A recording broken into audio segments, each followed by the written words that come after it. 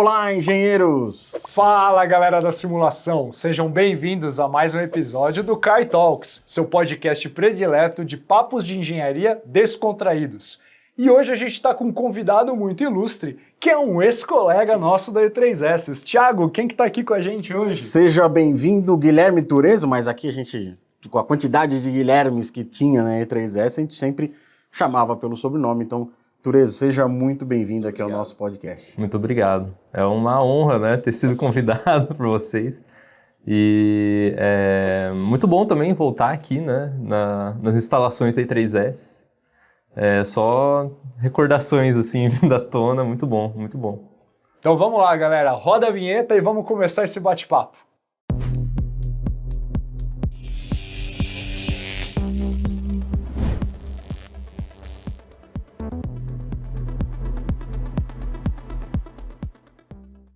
Thiago, fala um pouquinho pra gente sobre o Turezo, conta aqui um pouquinho sobre ele.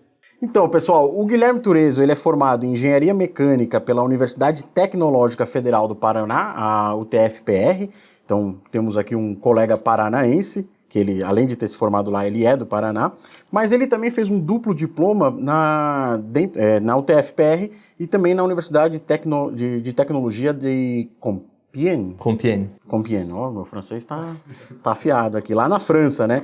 E essa dupla graduação, quando ele estava na França, foi com foco principal em simulação numérica, né? E durante a graduação ele teve diversas experiências, tanto no mundo acadêmico, também junto ao setor industrial, e aí em 2021 ele entrou aqui na E3S como especialista CAI, e atualmente ele trabalha na ANSYS como engenheiro de aplicações, ali na equipe do ANSYS Rock. Então, sendo um ex-colega aqui nosso da casa, é um grande prazer ter você com a gente aqui no Kai Talks. Muito obrigado, é um prazer estar aqui também. E a gente já vai conversar um pouquinho sobre essa história de E3S, de ANSYS, enfim, mas como é religioso no nosso programa, a gente sempre inicia o programa falando um pouquinho sobre o passado do convidado. Então, cara, conta um pouquinho pra gente, como que foi a tua trajetória que te levou para a engenharia, fala um pouquinho da sua experiência na faculdade, academia, e aí sim o que culminou no mercado e aonde você está hoje, por favor. Então, o que me levou à engenharia é aquela velha história, né? Que todos já conhecem, assim. Era bom em matemática, essas coisas, tinha aquela afinidade com física. Mas também tem um outro lado que foi durante a infância, assim. Quando eu era criança, eu gostava muito, assim, de ver caminhão, sabe? Avião, essas coisas. E a minha mãe, ela foi trabalhar numa empresa, numa montadora de caminhões, que é a Volvo em Curitiba. E, claro, ela trabalhou no setor administrativo, né, na parte de contabilidade lá, mas eu lembro que ela trazia umas revistas que você podia desenhar os caminhões, e eu com 6, 7 anos, eu, né, seguia os pontinhos lá, formava o caminhãozinho. Aí você podia pintar o caminhão, aí fui começando a gostar bastante dessa parte de maquinário, achava muito interessante. Se tinha alguma coisa que quebrava em casa, né, eu queria desmontar ali, ver o que tinha dentro. Então era uma coisa assim que me instigava, né, ter entender melhor como as coisas funcionavam.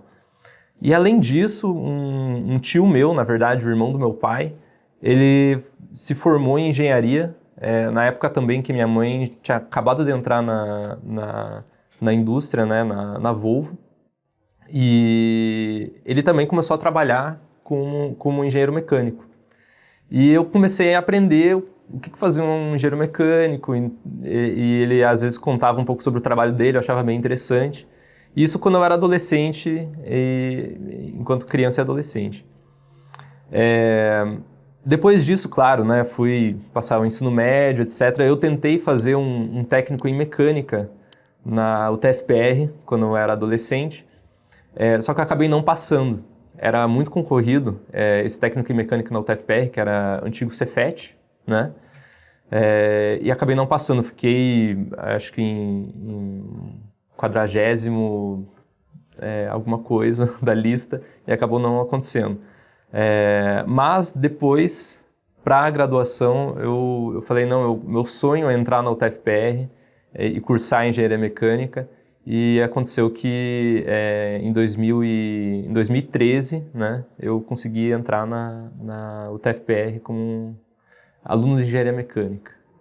Então foi basicamente isso a minha trajetória para ingressar na engenharia mecânica. Mas acho que quando você ingressa na engenharia mecânica, acho que você ainda está não sabendo muito o que é possível, né? Acho que depois que você tem um pouquinho ali de consciência, o que é o mundo da engenharia, as possibilidades com o curso, acho que você acaba, na verdade, gostando ainda mais da tua escolha, porque você pode tanto trabalhar na parte de manufatura, parte de simulação, né?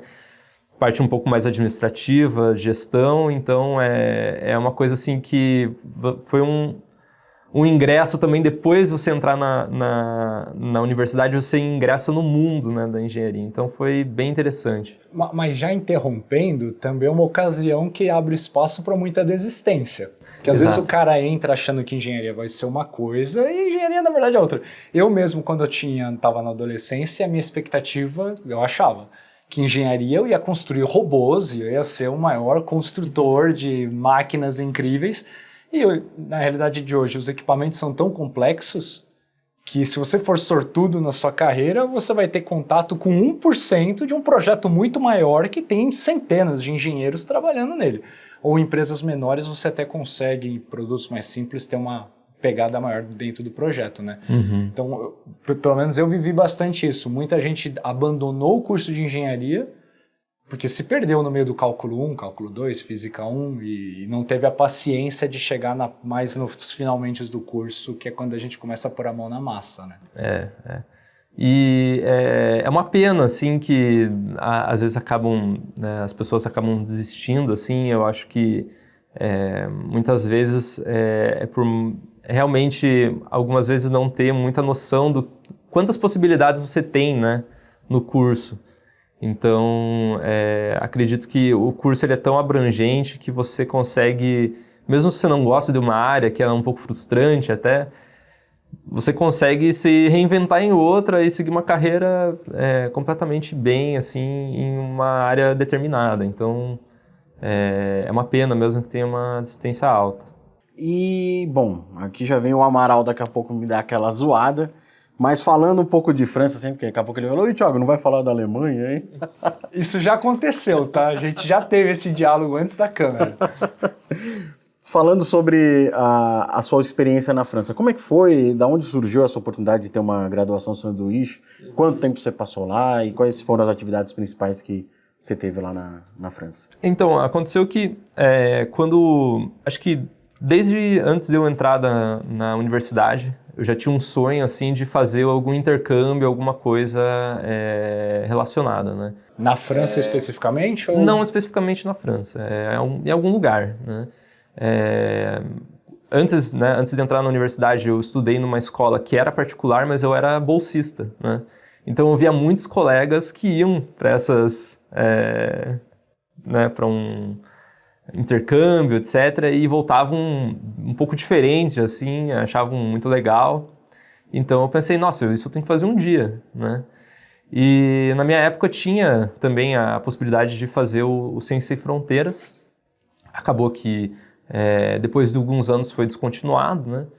Mas eu já tinha essa vontade de fazer um intercâmbio. E o que acontece?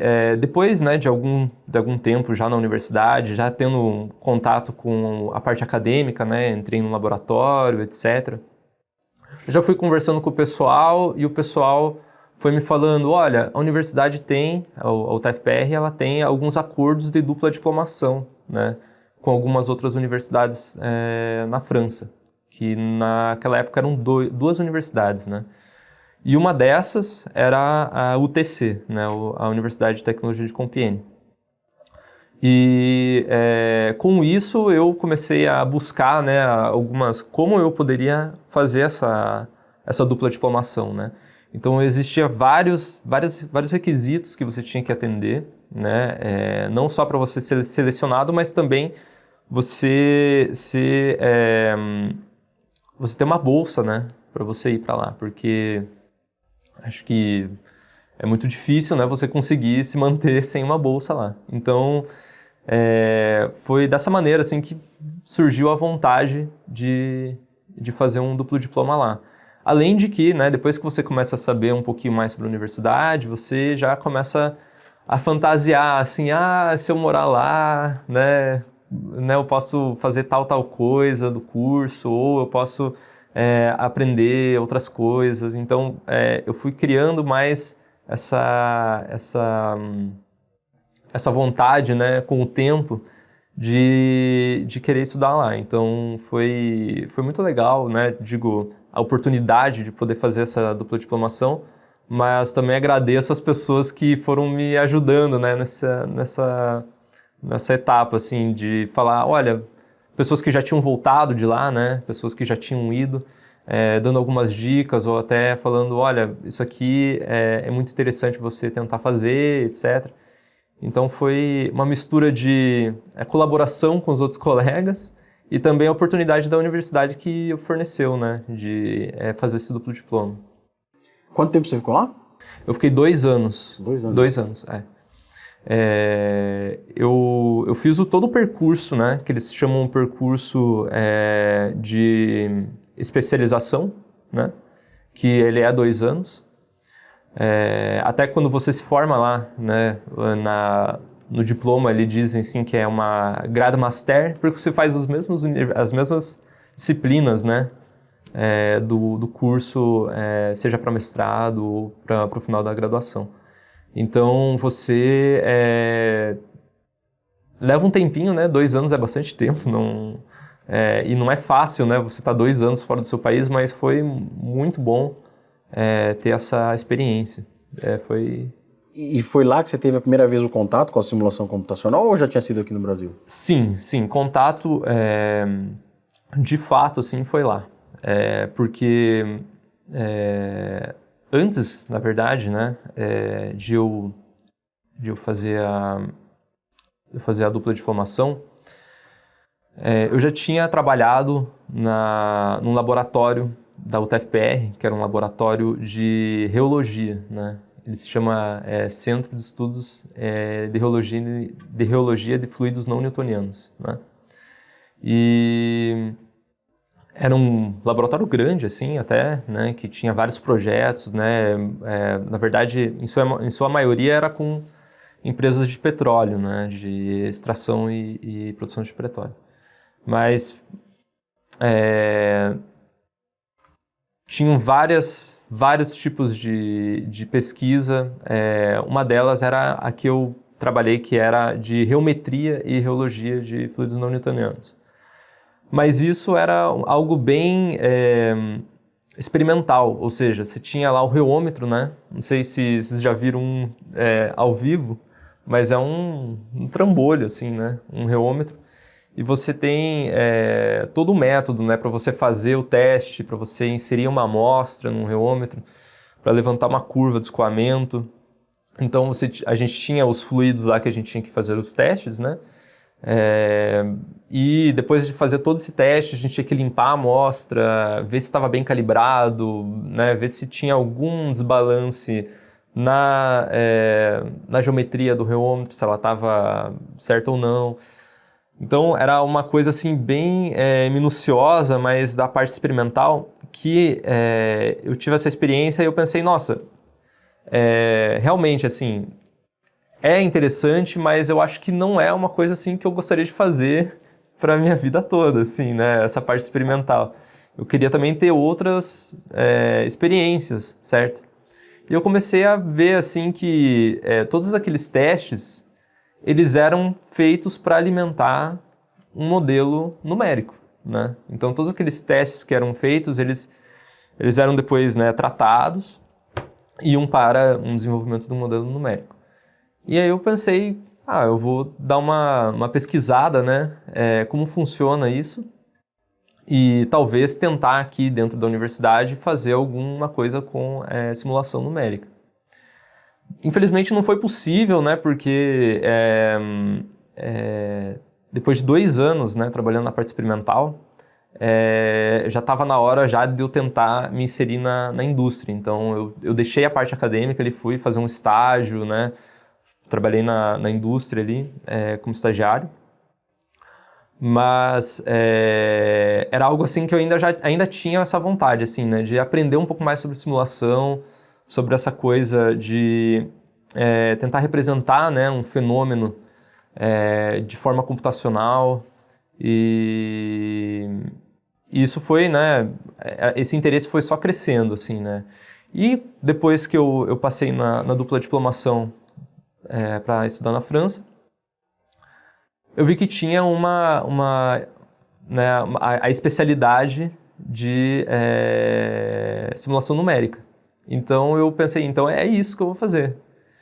Tendo lido bastante, né, claro, sobre, né, não tinha só essa ideia, mas eu já tinha decidido, né, que era simulação numérica. E começando lá a trabalhar, na verdade a gente tem os cursos, né, todos os cursos teóricos sobre métodos de diferenças finitas, métodos de elementos finitos, etc. Cursos práticos também, né? Você fazer um setup em algum software comercial, até mesmo escrever né, alguns códigos, né, para você resolver alguns problemas simplificados, etc. Isso foi aumentando, na verdade, o interesse, né, pela simulação. Eu fui querendo aprender mais e fui gostando, assim, não me arrependo de ter escolhido essa especialidade, assim, porque foi algo totalmente novo, né, algo que eu não tinha ainda tido experiência e que me deu a oportunidade, assim, de trabalhar com uma coisa que eu gosto hoje em dia. E vamos lá, eu te conheci como um especialista em elementos discretos. Isso. Então vamos fazer esse gancho. Você teve esse estágio, como é que você veio parar aqui na E3S? Fala um pouquinho para o nosso público o que você fazia aqui. Gostaria que você desse uma pivotada no final para como você foi parar na ANSYS também. Sim, sim. Então, né, durante a dupla diplomação, eu fui trabalhando com vários projetos, na verdade. Na universidade tinham alguns projetos de empresas, né, que as empresas contatavam a universidade e o grupo de estudantes trabalhava em cima daquele projeto, né, fazia uma análise, né, de como abordar o problema, certo? De como poderia, claro, junto com os professores, né, como poderia fazer uma abordagem de simulação para aquele tipo de desenvolvimento de produto ou de melhoria de processo. E no final, né, você tinha que também fazer um estágio em indústria, né, que era exclusivamente voltado para a simulação numérica. Então, o meu último estágio na parte de simulação foi na Renault, no Centro Técnico da França, e lá trabalhei com simulações CFD e a otimização dessas simulações, na verdade, criação de rotinas de otimização dessas simulações. Então, saindo disso, né, estava em tempos de pandemia também, eu decidi voltar para o Brasil. E nisso eu comecei a me questionar, né? Será que eu devo fazer um doutorado agora, né? Ou fazer alguma coisa bem ligada à área acadêmica, já que eu ainda estava na parte acadêmica. E eu pensei, não, eu vou tentar me inserir no mercado agora, né? Para eu ter uma experiência de mercado com simulação. Então, comecei a pesquisar e eu vi que na E3S tinha uma possibilidade, né? Eu me candidatei, certo? Inclusive, tive que fazer todos os trâmites, né, de entrevista, essas coisas, remoto, né? Naquele momento era o normal, né? O novo normal. Exato. E aconteceu que entrei na E3S como especialista CAI Júnior, certo? E foi, claro, em um método totalmente diferente, né? Foi para trabalhar com o ROC, né? Que na verdade, ainda o DEM é um método emergente, né? Na indústria. Acho legal você comentar para o nosso público o que é DEM. Exato. A gente já usou algumas vezes aqui e a gente não explicou, na verdade. Então, naquela época ainda era um método emergente, eu não sabia muito bem, né? Então eu tive que pesquisar. E basicamente, né, o método de elementos discretos é a modelização, né, de partículas, o material granulado, certo? Em vários, na verdade, a modelização desse material granulado em partículas distintas. Então você tem a modelização dessas partículas e o cálculo, né, da colisão dessas partículas individualmente. Então, esse método não era muito conhecido, né, por mim, porque eu já estava fora da indústria, né, ainda não tinha ingressado na indústria, mas a gente vê que ele tem sido cada vez mais sendo implantado, né, em vários tipos de aplicações. Mas foi muito interessante, porque eu aprendi uma coisa nova também. Claro, o meu background era CFD e FE, né? Que eu aprendi os dois ali na especialização, mas foi algo muito positivo, né? Trabalhar com um novo método e ter a possibilidade também, né, de trabalhar com a indústria diretamente, né? Que a E3S possibilitou isso. Então foi muito interessante, assim. Eu acho que aconteceu bem na hora certa, né? Na hora de se inserir no mercado já, ter um contato muito grande com a indústria, como a E3S tem. Então foi bem legal. E falando um pouco mais sobre DEM, né, que seria essa análise de materiais particulados, a gente pode dizer que essa metodologia pode ser aplicada em praticamente todas as áreas da engenharia, né? Mas você pode falar para a gente algumas aplicações, não sei se eu diria principais, ou algumas aplicações dentro da engenharia desse método DEM em diferentes setores da engenharia, da indústria? Sim, então as aplicações mais comuns, né, que a gente vê são na parte de mineração, certo?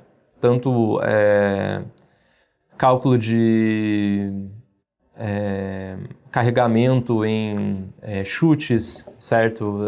Transportadores de correia, ou até mesmo equipamentos de britagem, de equipamentos que fazem seleção de tamanho de minério, certo? São algumas peneiras. Também equipamentos de moagem, né, como aqueles moinhos enormes que a gente vê. Fugindo um pouquinho da mineração também na parte... a gente vê muito no agro, né, tanto o transporte de sementes, ou até mesmo o recolhimento da matéria-prima, certo? Armazenamento dessa matéria em determinados containers ou determinados equipamentos de secagem, certo? Além disso, também tem aplicações na parte farmacêutica, tem aplicações na parte alimentar, certo? Até mesmo controle, né, de algumas substâncias, né, para criar algum outro produto, certo? Então, ele tanto na parte industrial, assim, é muito interessante ver como muito vasta a aplicação desse método, porque ele se encaixa em algumas coisas assim, muito interessantes, né? Quem diria, né, que você poderia aplicar o mesmo método na parte de uma indústria de mineração e tanto como uma indústria alimentar, assim. Então, alimentícia, desculpa, mas é bem interessante, assim, como ele consegue transitar, né, entre essas indústrias.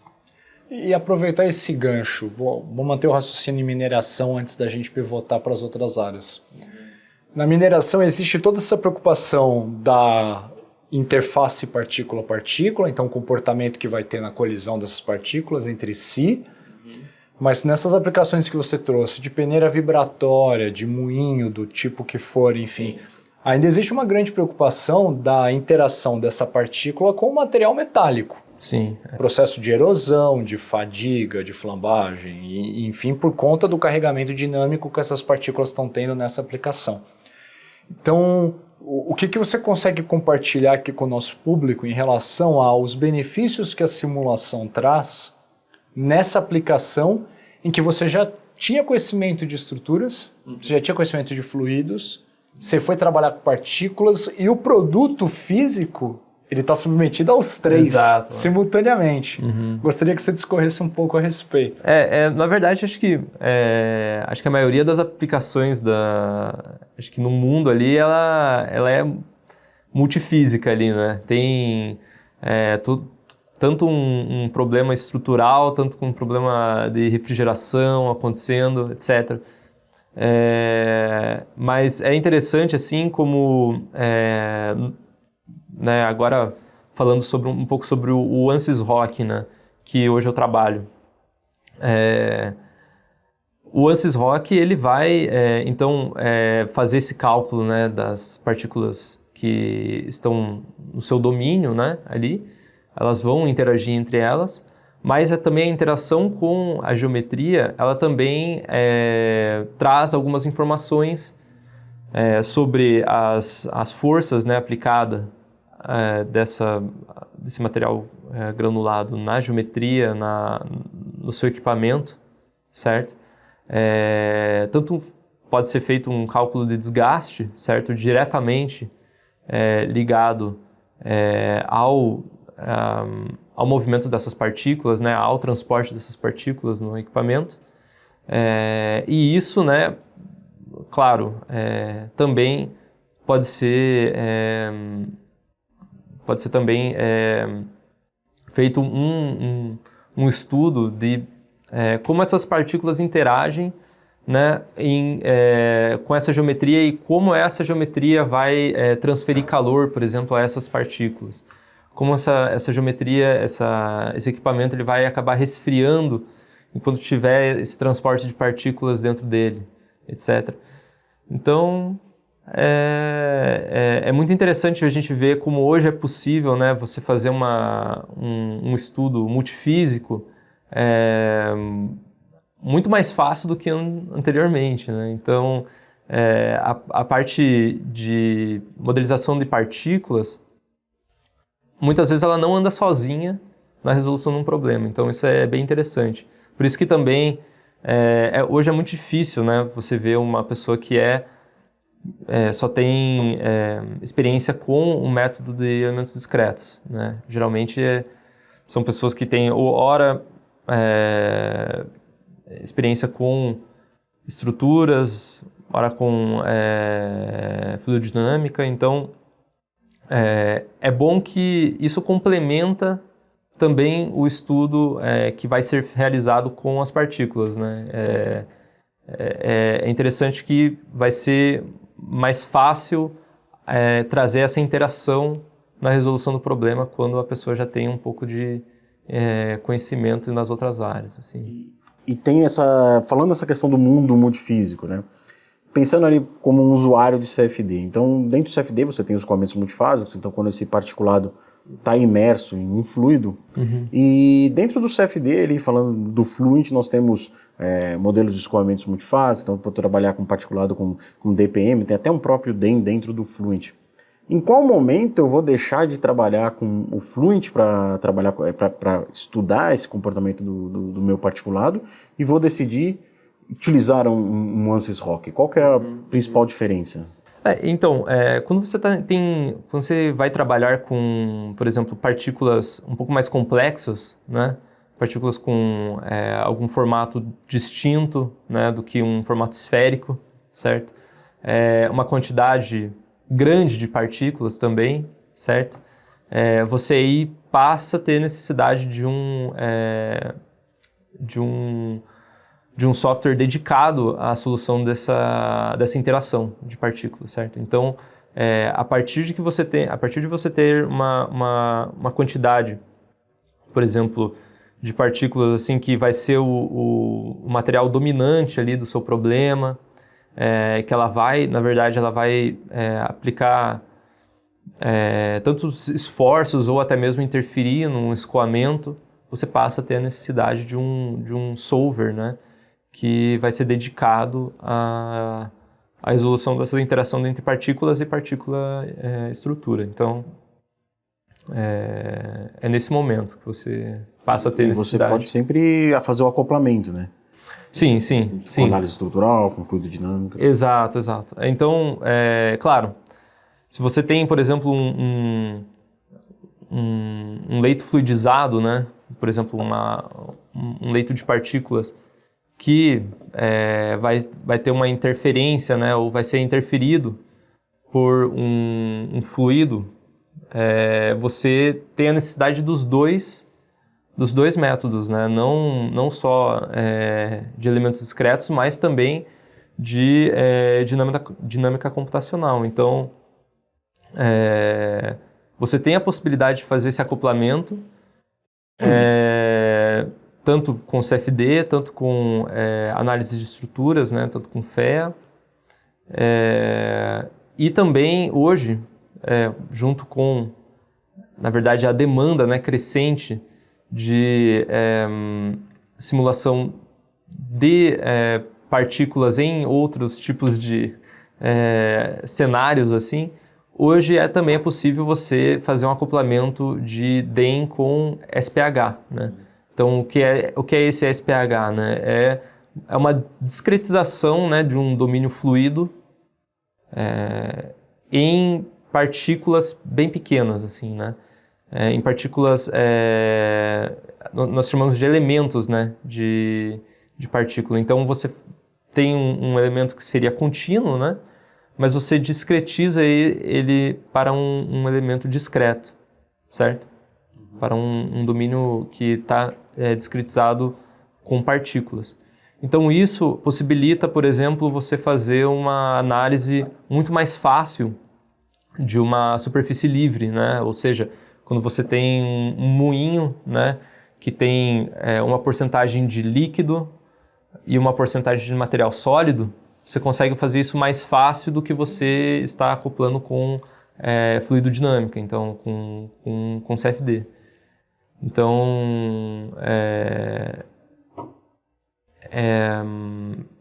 uma diferenciação entre os métodos, né, mas o objetivo final é você conseguir fazer aquela representação física num modelo numérico. Então, é muito interessante que hoje em dia o acoplamento de DEM ele já é bem expandido, né? Então, isso possibilita sempre, claro, trabalhar com problemas multifísicos.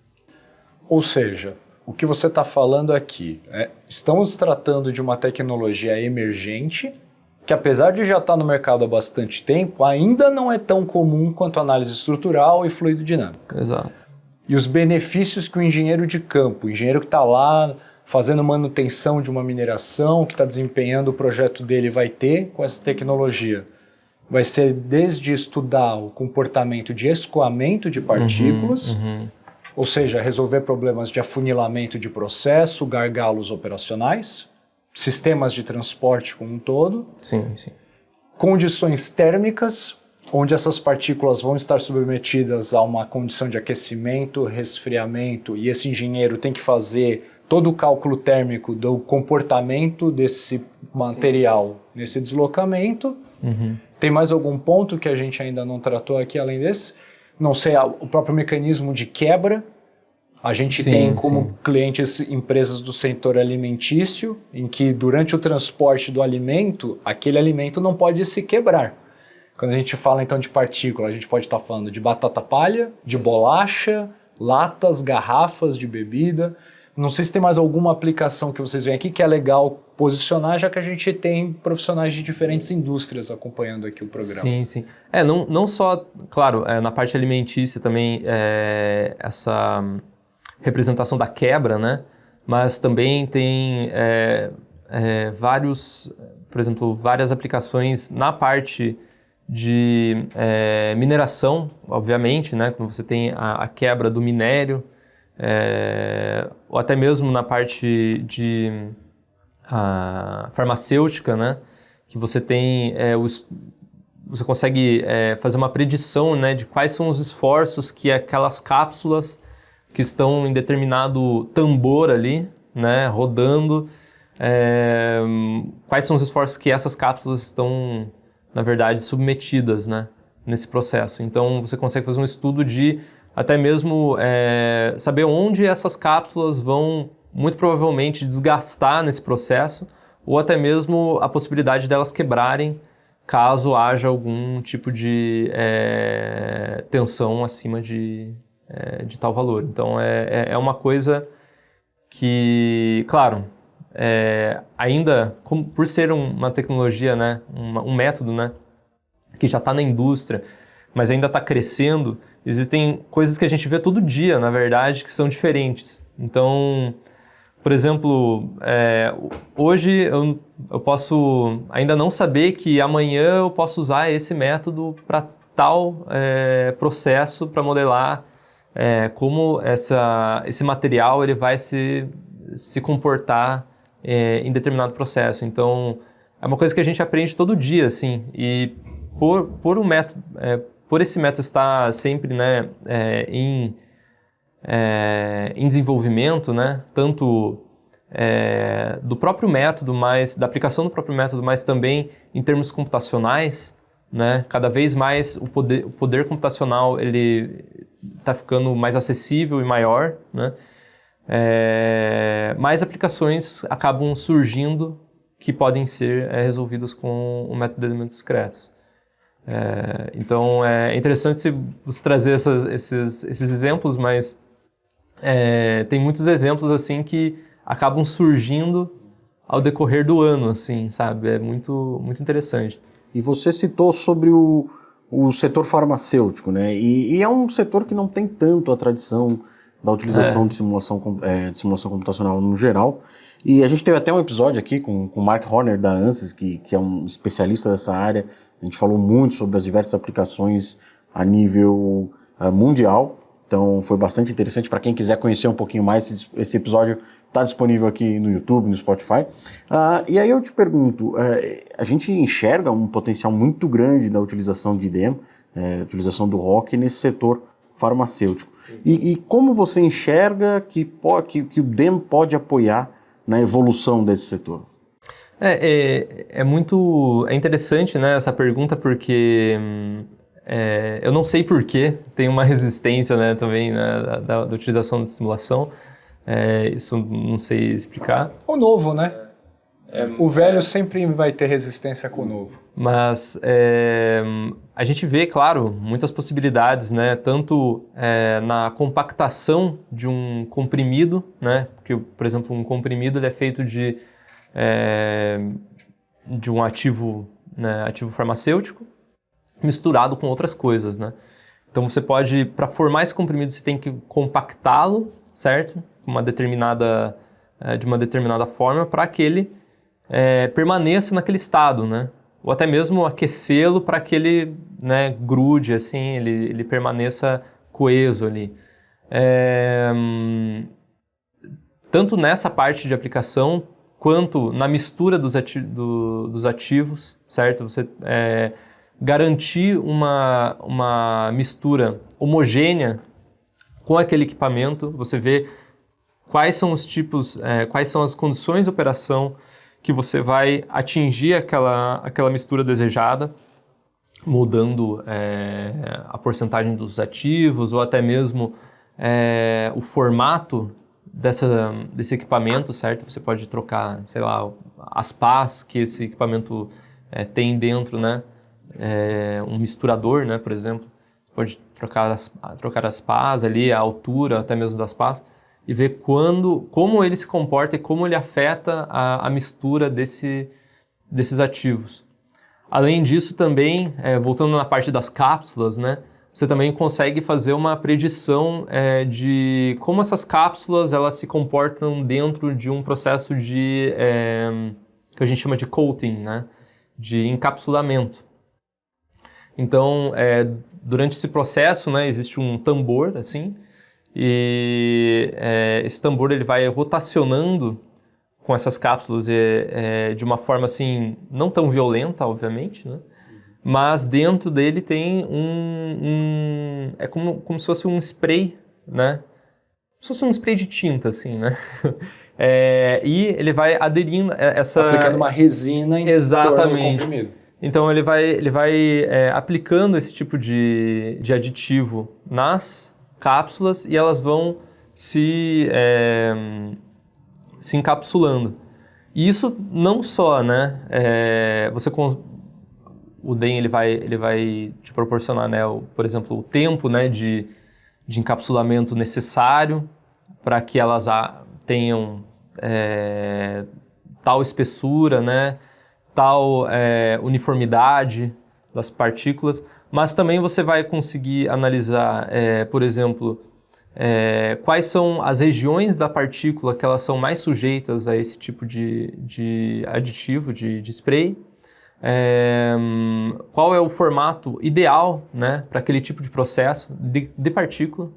Então você vai conseguir estudar isso, você vai talvez modificar essas partículas para que elas tenham um tempo menor de produção, certo? De encapsulamento. As condições de operação, se você pode, né, rotacionar mais rápido ou não, certo?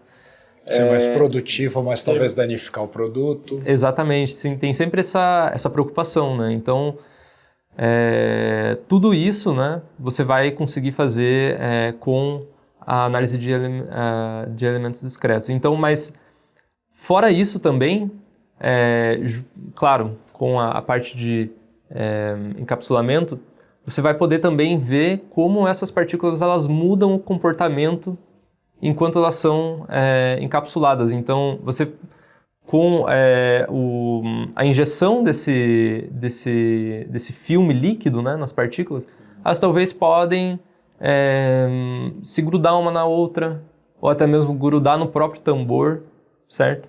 E isso vai diminuir a sua produtividade no final também, que, claro, é muito importante, né? Então, é muito interessante que parece que tem muita aplicação, né, para ser usada o DEM, mas, claro, é uma coisa assim que vai se desenhando com o tempo, né, essa utilização. Bastante alinhado com o que você está falando, a gente teve essa oportunidade de conversar aqui com o Mark, que representou um pouco esse setor no exterior para a gente. Eu sempre gosto de fazer provocações para o público aqui, Turezo. E uma provocação muito grande que eu faço é que nós temos vários clientes no exterior que trabalham com essa tecnologia no desenvolvimento de comprimidos nas máquinas que são projetadas lá na América do Norte, na Europa. E o mercado nacional, lindo na linha que o Thiago trouxe, ainda está muito tímido nessa direção. O brasileiro, atualmente, nessa indústria, ele não tem problemas em pagar uma fortuna para importar uma máquina da Alemanha, para importar uma máquina do Canadá, mas ele tem, não vou falar preguiça, mas ele tem uma resistência de utilizar essa tecnologia que é nacional. O ROC foi desenvolvido no Brasil, por muito tempo foi desenvolvido por muito tempo a tecnologia estava aqui, o mundo inteiro usava essa tecnologia e pagava royalties para a gente aqui do Brasil, e a indústria nacional tem resistência para o método. É muito maluco isso, você parar para pensar, espectador, que a gente tinha um software brasileiro e esse software atualmente faz mais sucesso no exterior do que aqui.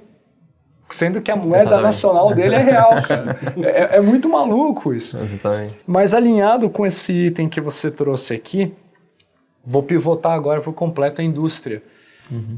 Eu vejo muita sinergia do ROC no agro e, diferente do farmacêutico, o público do agro já está um passo além. Ele já procura mais, ele questiona mais, ele já está conhecendo o produto.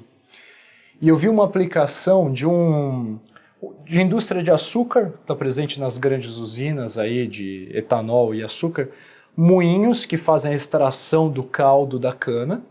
E o que acontece? Você coloca o material particulado, que tem líquido junto, e conforme esse moinho entra em operação, ocorre o aglutinamento E um problema grande que a usina tem é que de tempos em tempos ela tem que parar por completo a produção, zero produtividade de etanol naquela janela de tempo, porque um operador tem que entrar no tambor e começar a retirar o material que se aglutinou no tambor, e o tambor já não se torna mais eficiente, ele já está trabalhando em falso. Então, a aplicação de outro segmento que eu já presenciei, eu já vi. Sim. Eu não sei o que você pode comentar para a gente do agro, já que o Brasil é o celeiro do mundo, o agro interessa particularmente. É interessante que na parte do agro, a gente talvez é muito mais visual, né? Onde a gente consegue ver as partículas ali, né? Então, por exemplo, tanto, né, quando você vai fazer até mesmo o manuseio da soja, né, ou até transferência dessa soja para um outro lugar, ou até mesmo a colheita dela, a gente consegue ver, aqui tem partícula e consegue modelar. Mas é interessante que há uma vontade assim, bem grande, né, nessa parte do agro de investir, né, em tecnologia e também em novos meios de como fazer uma melhoria de produto, fazer uma melhoria de processo, até mesmo investem muito, né, em geração de conhecimento, né, até mesmo você vê que eles têm muita pesquisa, né, acontecendo por conta do agronegócio. Então, é interessante nesse sentido. E, claro, em termos assim de aplicação, a gente vê ainda muitas aplicações surgindo, né, ao longo do tempo. Uma dessas foi também até algo que a gente disponibilizou no YouTube, na página da ANSYS Rock, que era um secador de grãos, né, que você conseguia modelizar esses grãos, né, tanto na forma original, né, que eram grãos de milho, então não era uma esfera, nada, mas em grande quantidade. Então eram mais de 1 milhão de grãos passando em uma secadora, que você conseguia modelizar como esses grãos se comportavam, né, se existia algum tipo de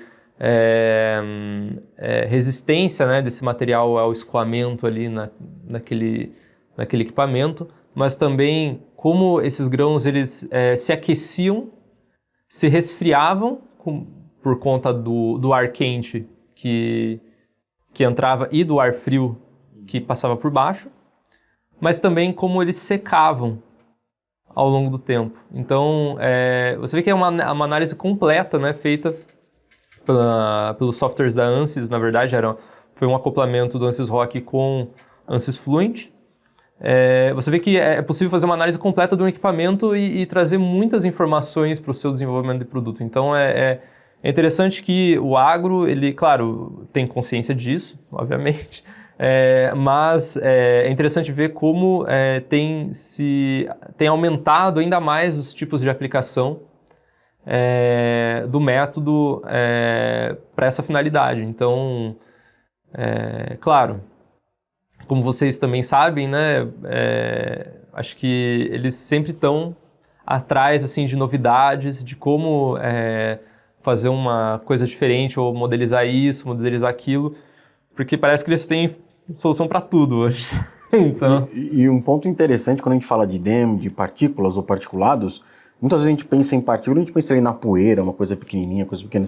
E o DEM você pode ter liberdade total, tanto uma fábrica de geometria. Canecas, essa caneca pode ser a geometria de uma partícula. Inclusive você pode escaneá-la nessa escala, né? Nessa escala. Simular como se fosse... Exatamente.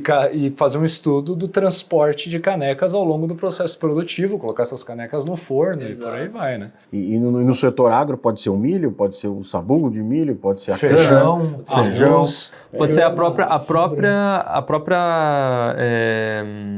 planta, né? Pode ser modelizada, assim, como ela acaba talvez obstruindo algum canal, etc. Então, isso é muito interessante. Assim, é uma visão diferente de partícula e particulados, né? Não são necessariamente coisas pequenininhas. Né?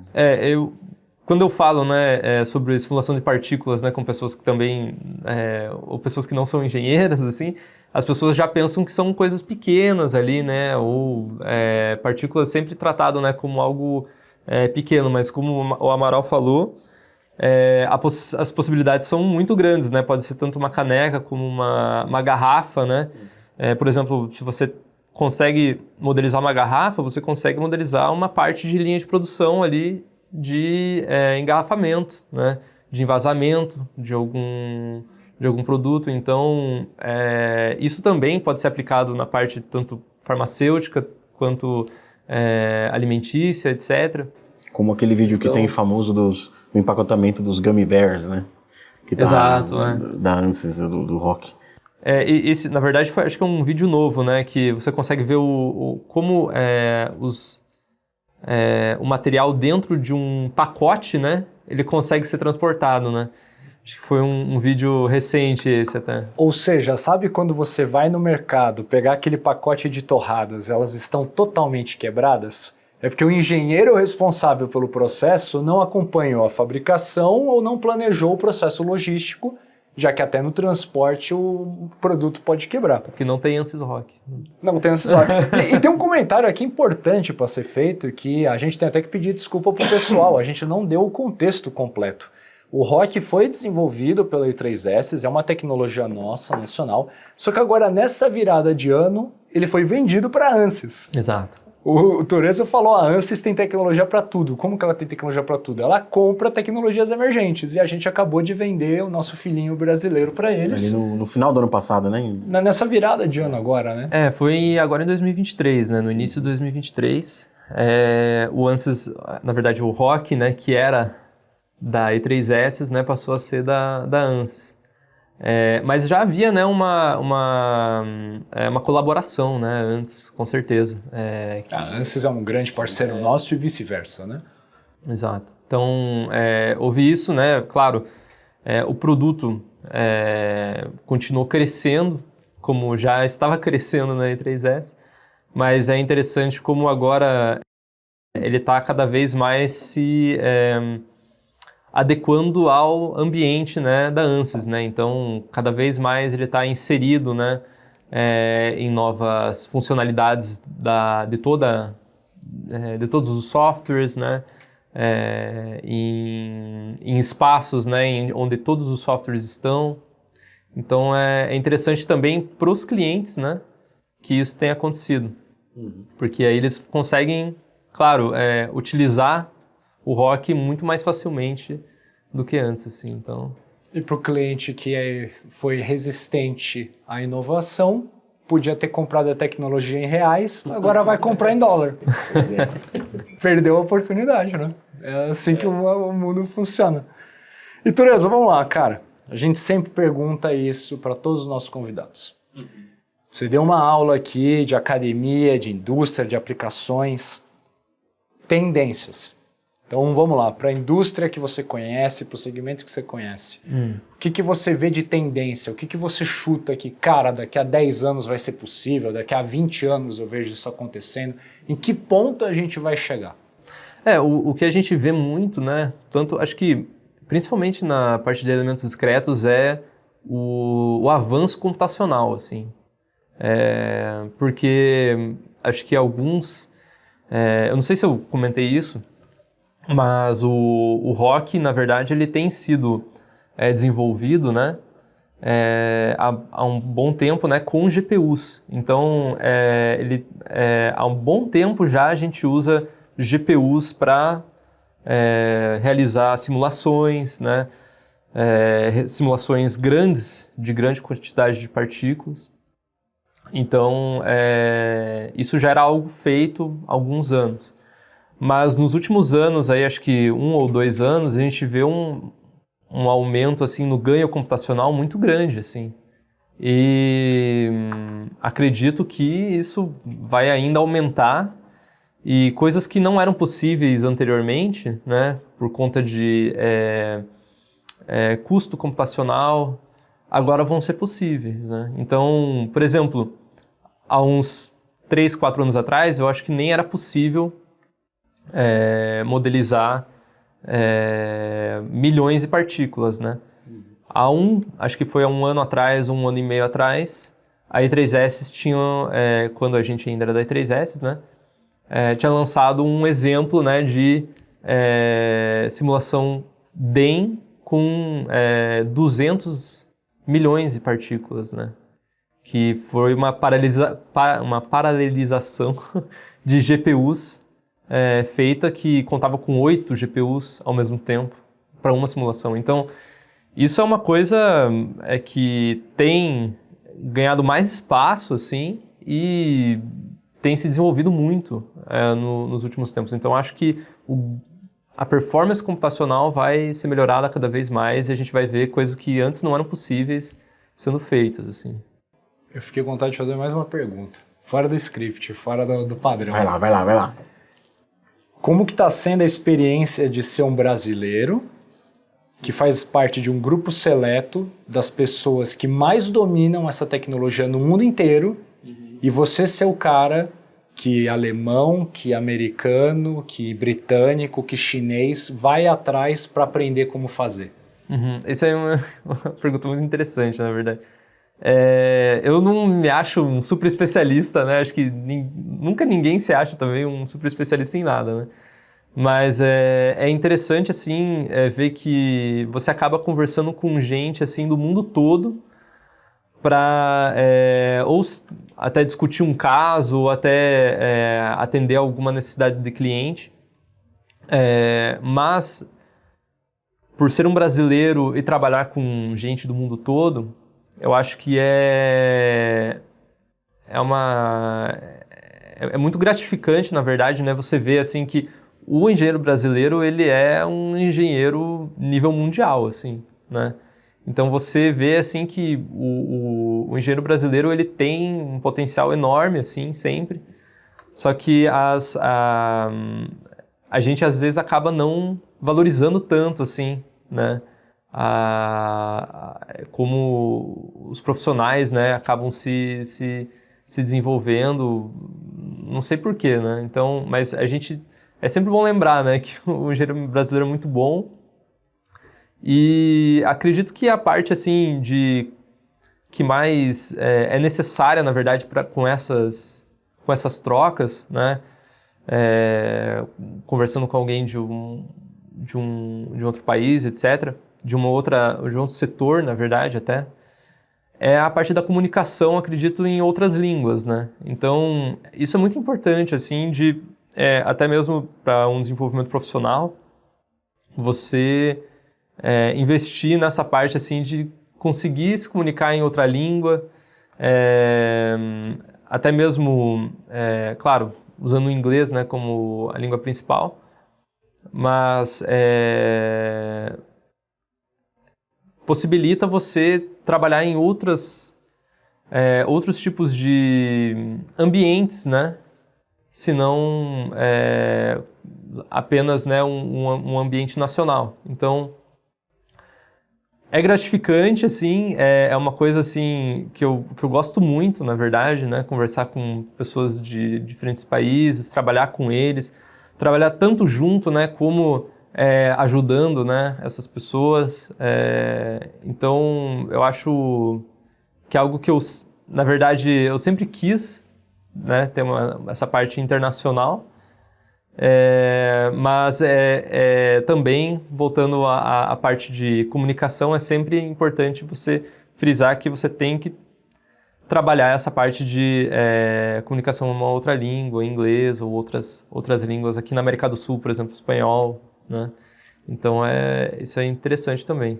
E é bem legal a gente tirar essa ideia de que, não, engenharia boa, engenharia internacional, é da Europa, dos Estados Unidos. Porque conforme você começa a conviver, você começa a perceber, não, peraí, meu nível de engenharia tá igual, às vezes superior, e não depende do país. E começa a dar valor para a engenharia brasileira, que é de ponta, de altíssima qualidade. Né? Altíssima qualidade. E você vê, acho que com o tempo, assim, né? Claro, quando você sai da academia, acho que você tem ainda essa ideia, assim, né? Que, não, lá na academia, não sei, nas universidades europeias, na Alemanha, né? Thiago, então... não, lá é pessoal, nossa, eles são muito bons, etc. Mas, na verdade, é feito assim de pessoas, né? Se a pessoa ela se interessa por aquele assunto, ela vai ao máximo querer aprender sobre aquilo, ela vai se especializar, ela vai tentar ensinar outras pessoas também, difundir isso, né, no seu meio. Então, acredito que existem engenheiros excelentes, assim, que eu trabalhei, que também nunca saíram do país, né? Então, é meio... A gente tem que quebrar um pouco essa ideia também que só é bom estar lá fora, né? O rock foi desenvolvido muito tempo aqui no Brasil, né? Então... Bom, é por isso que a gente tenta promover esse programa aqui, para trazer essa vivência, essa experiência de gente de fora. Apesar dos esforços do Thiago em sempre trazer a Alemanha para a mesa, eu me empenho bastante de colocar ênfase no Brasil. Terezo, cara, foi muito legal o bate-papo. Agradeço a sua participação aqui, a sua colaboração conosco. Muito obrigado. E espero que vocês do público tenham gostado do bate-papo de hoje. Terezo, muito obrigado. Foi um prazer aí ter você de volta a E3S, claro que a gente trabalha muito próximo, né? Mas como a casinha não é mais aqui, é sempre bom tê-lo de volta.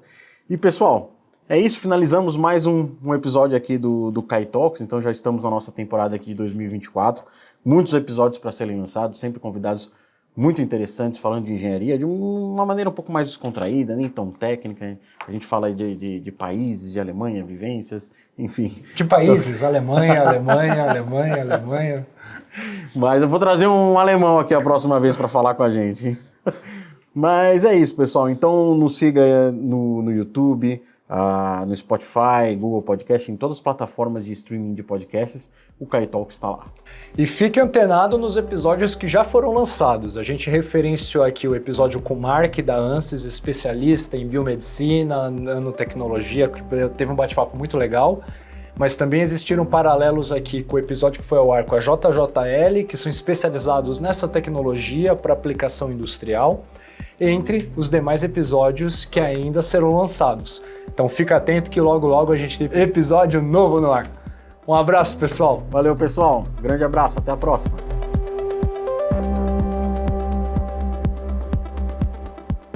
É isso aí, pessoal! Ficou com dúvida ou tem alguma sugestão? Manda pra gente no nosso e-mail kaitalks@e3s.co.